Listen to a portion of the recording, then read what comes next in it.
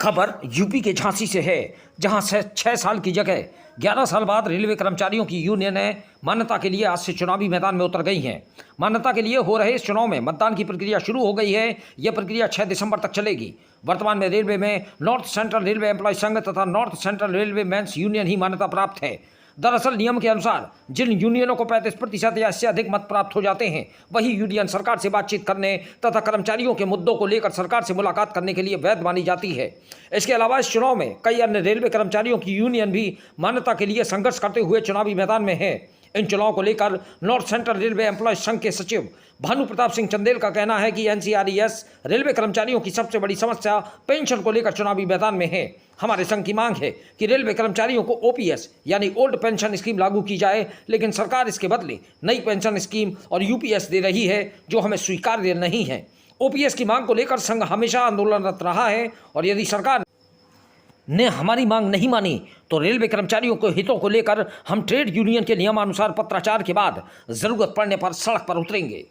झांसी से दीप न्यूज के लिए दीपक चंदेल की रिपोर्ट। ये रेलवे की यूनियन के मान्यता के चुनाव हैं जो पूरे भारतवर्ष में एक साथ हो रहे हैं। 2013 के बाद 19 में ड्यू थे और ये 19 से लेके बीच में कोरोना काल आने से इतने लंबा खिंच गए। अब ये संपन्न हो रहे हैं, लगभग 11 साल हो गए, जबकि 6 वर्ष में होते हैं। और इसमें 5 यूनियन वर्तमान में मान्यता के चुनाव में खड़ी हुई हैं, जिनमें से 2 तो ऑलरेडी पहले से मान्यता प्राप्त थी। एक हमारी एनएफआईआर एनसीआरईएस, दूसरी एक और सिस्टर यूनियन है लाल झंडे वाली, वो दोनों मान्यता में थी। बाकी 3 और दल खड़े हुए हैं, वो चुनाव के लिए प्रयासरत हैं, अपनी अपनी मान्यता के लिए संघर्ष करने के लिए। कर्मचारी हितों के लिए सभी लोग मैदान में हैं, लेकिन वर्तमान में एनसीआरईएस जिस मेन बिंदु पे लड़ाई लड़ रही है वो है एनपीएस यूपीएस के इशू को लेके।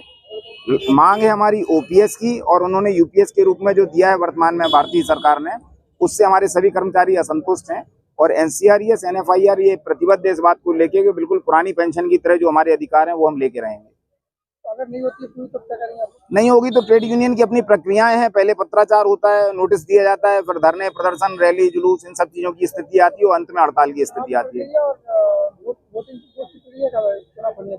12 तारीख को परिणाम आएंगे। अभी 4, 5, 6 में 3 दिन चुनाव हैं, जिसमें 4 और 5 में सभी विभागों के लोग वोटिंग करेंगे, 6 में बचे हुए रनिंग विभाग के लोग वोट करेंगे और इसका परिणाम 12 दिसंबर को आएगा।